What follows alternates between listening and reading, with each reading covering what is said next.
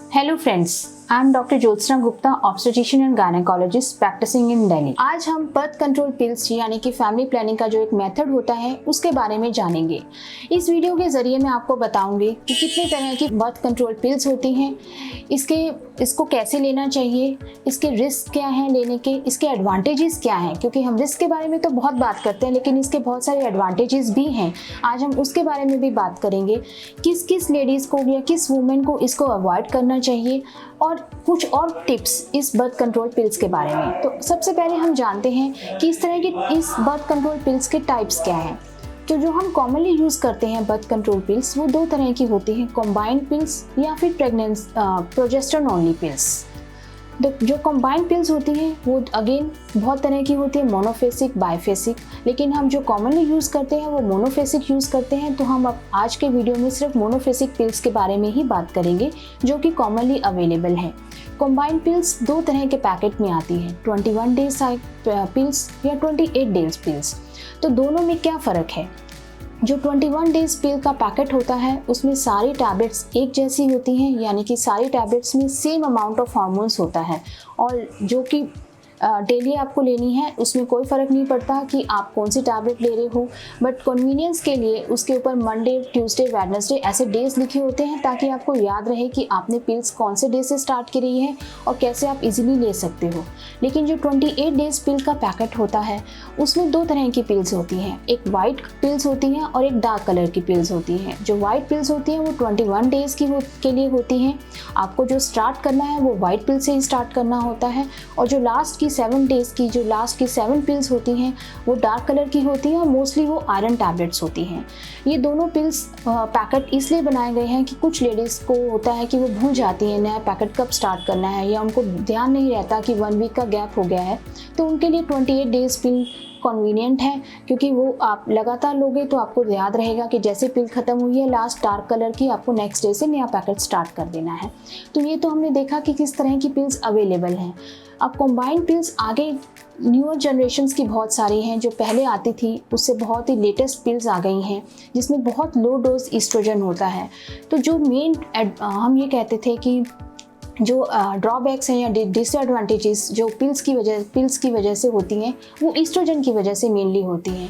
तो न्यू जो ड्रग्स हैं उसमें बहुत लो डोज ईस्ट्रोजन है जिसकी वजह से वो कोई वेट गेन नहीं करती हैं, वो किसी तरह का मूड स्विंग्स नहीं करती हैं, किसी तरह की ब्रेस्ट टेंडरनेस बहुत कम होती है, स्ट्रोक का रिस्क बहुत कम होता है। तो इस तरह से जो नई कंबाइंड पिल्स हैं वो काफ़ी हद तक बेटर हैं। किसी लेडी को पिल्स कैसे स्टार्ट करनी है? जो पिल स्टार्ट हम कहते हैं कि आपको अगर फर्स्ट साइकिल में स्टार्ट करनी है तो वो 1st to 3rd डे के बीच में आपको स्टार्ट कर लेनी चाहिए। फर्स्ट डे मतलब जिस दिन आपकी ब्लीडिंग स्टार्ट हुई है उसको फर्स्ट डे काउंट करना है और वहाँ से आपको 3rd डे के अंदर आपको स्टार्ट कर लेना है एक पिल आपको रोज़ लेनी है, प्रेफरेबली आफ्टर डिनर, रात को सोते हुए। और जो टाइम आप यूज़ कर रहे हो, अगर आप 9 o'clock उसको ले रहे हो तो आप +- आर कर सकते हो इस कंबाइंड पिल्स में। तो आप 8 से 10 के बीच में अगर आप 9 बजे ले रहे हो तो कभी भी ले सकते हो। अब क्वेश्चन आता है कि आप अगर पिल भूल जाओ तो क्या हो? अगर आप एक पिल भूल गए हो, मान लो आज रात को आप भूल गए पिल लेना, आपको याद नहीं रहा, तो आपको नेक्स्ट डे जब भी आपको याद आए मॉर्निंग में आप तब वो पिल ले सकते हो और जो रात की पिल वैसे ही कंटिन्यू करना है पूरा पैकेट जैसे आप करते आए हो, यानी कि मॉर्निंग में आपने ली और फिर रात को फिर से आपको जो उस दिन की पिल है वो आपको लेनी है। लेकिन अगर आप 2 से ज़्यादा पिल भूल गए हो, आपको याद ही नहीं रहा पिल लेना किसी भी वजह से, तो उस पीरियड में आपका प्रेगनेंसी का रिस्क बढ़ जाएगा और किसी को पिल्स मिस होने के बाद स्पॉटिंग भी हो जाती है या ब्लीडिंग भी हो जाती है। तो अगर आपको प्रेगनेंसी रिस्क अवॉइड करना है, अगर आप 2 से ज़्यादा पिल्स भूल गए हैं तो बेटर है कि आप कोई अल्टरनेटिव मेथड या कॉन्डम वगैरह यूज़ करो ताकि प्रेगनेंसी का रिस्क ना हो। अब हम आते हैं कि लेडीज़ को क्या लगातार पिल यूज़ कर सकती हैं वो कॉन्ट्रासेप्टिव पिल्स।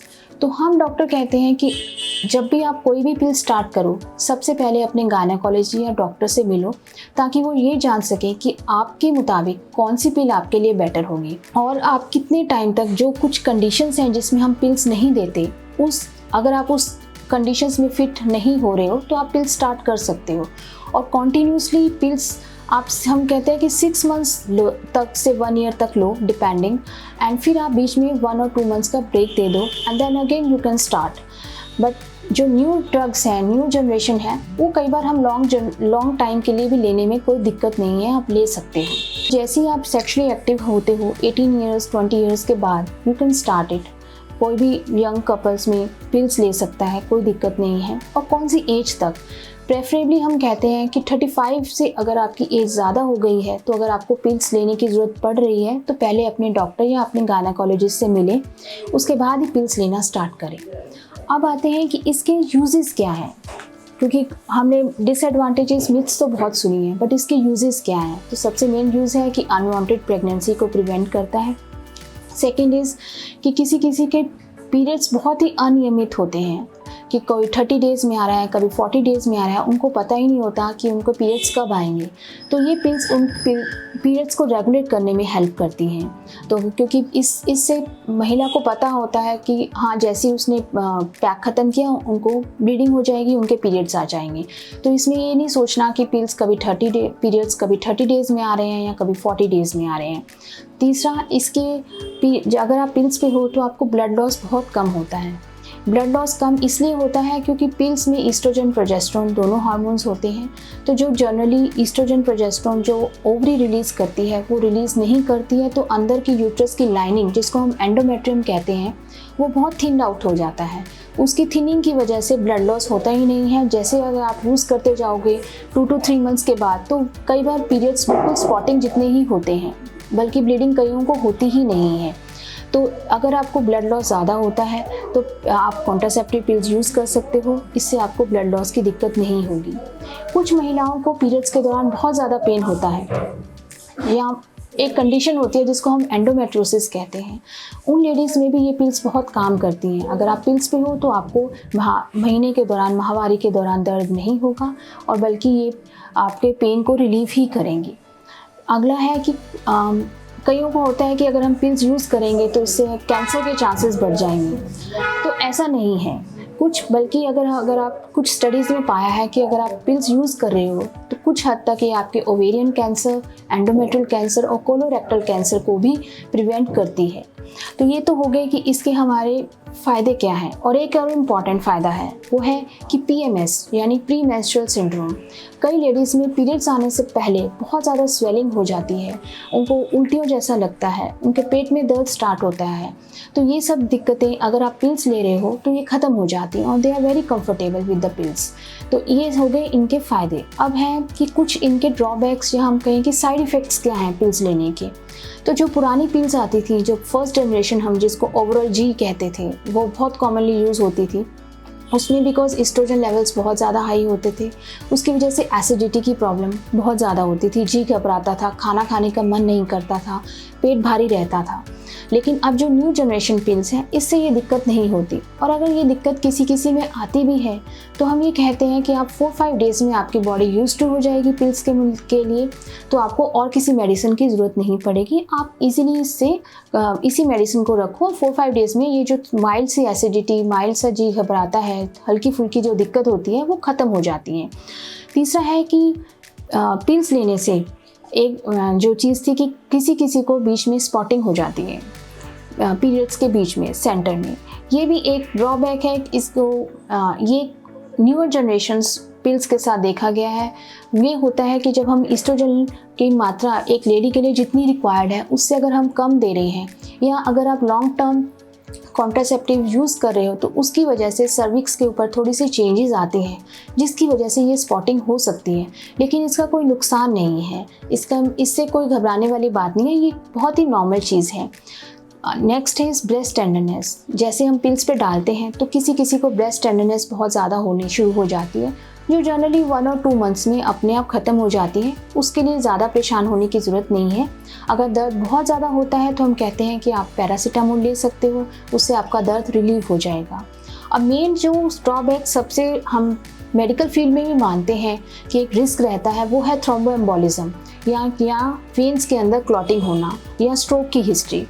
तो ये एक मेजर कॉम्प्लिकेशन है जो हाई डोज ईस्ट्रोजन टैबलेट्स के साथ पाया गया है, खासकर उन वुमेन में जिनमें बीपी की प्रॉब्लम ज़्यादा हो या जो अनकंट्रोल्ड डायबिटीज़ हो। इसीलिए पिल्स को स्टार्ट करने से पहले किसी भी गायनेकोलॉजिस्ट या अपने डॉक्टर से मिलना बहुत ज़रूरी है, ताकि वो आपके ये रिस्क फैक्टर्स जो भी हैं वो उनको पहचान सके और अवॉइड कर सके। अब बहुत सारी मिथ्स हैं, जैसे कई कहते हैं कि अगर हम पिल्स यूज़ करेंगे तो वेट गेन होगा। ऐसा नहीं है। जो न्यू जनरेशन पिल्स हैं, कॉन्ट्रासेप्टिव पिल्स हैं मार्केट में, जो थर्ड जनरेशन है, जिसमें कि डिफरेंट बहुत ही लो डोज ईस्ट्रोजन और न्यूअर जनरेशन का प्रोजेस्टेरोन होता है, वो वेट गेन बिल्कुल नहीं करती हैं, बल्कि वो आपका वेट लूज़ करने में हेल्प करती हैं।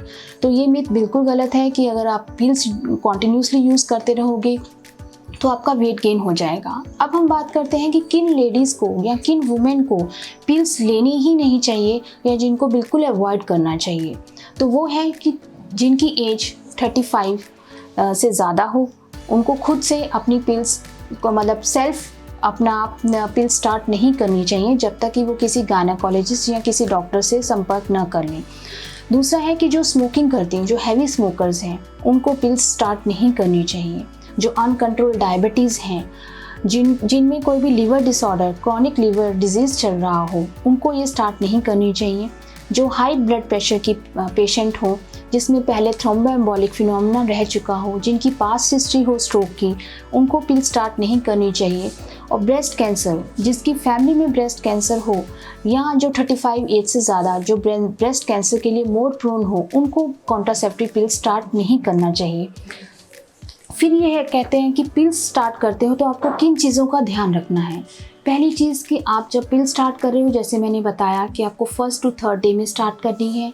डेली आपको एक पिल लेनी है। कोशिश करो कि आप पिल को ना भूलो और जो टाइम आपने निर्धारित किया है उसी में ही आप लो।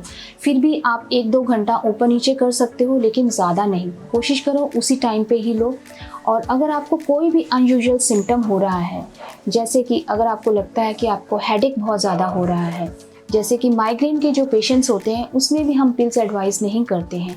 अगर आपको हेडेक बढ़ गया है, आपको एक तरफ की वीकनेस लग रही है, आपको कोई भी ऐसा अनयूजुअल सिम्टम लग रहा है कि जो आपने पहले महसूस नहीं किया, तो आपको तुरंत, या आपको लग रहा है कि पैर में थोड़ी स्वेलिंग हो रही है, पेन हो रहा है, जिसका मतलब हो सकता है कि वेन्स में क्लॉटिंग होनी शुरू हो गई है, तो आपको तुरंत पिल रोक देना चाहिए और अपने गायनेकोलॉजिस्ट से कांटेक्ट करना चाहिए कि इसमें कोई प्रॉब्लम तो नहीं हो रही है। कुछ कभी कभी पिल्स के वजह से आपका कोलेस्ट्रॉल लेवल भी बढ़ सकता है, तो आपको अगर कोशिश करो कि लिपिड प्रोफाइल आप एनुअली या 6 मंथ्स पे अपना चेक करवाते रहो, ताकि आपको ध्यान रहे कि ये दिक्कत तो नहीं हो रही है। ये तो हो गया कॉम्बाइंड पिल्स की वजह से, जो कि मोस्ट कॉमनली यूज़ होती हैं। टीनेजर्स में भी हम यूज़ कर सकते हैं। टीनेजर्स में ये कहूँगी कि नॉट टीनेजर्स, लेकिन जो सेक्सुअली एक्टिव हो गए हैं 18 ईयर्स से अबव, वो इनको यूज़ कर सकते हैं। टिल 35 ईयर्स तक आप इजीली यूज़ कर सकते हो। उसके बाद अगर आपको यूज़ करना है तो अपने डॉक्टर से पूछें, वो ही आपको गाइड कर सकते हैं।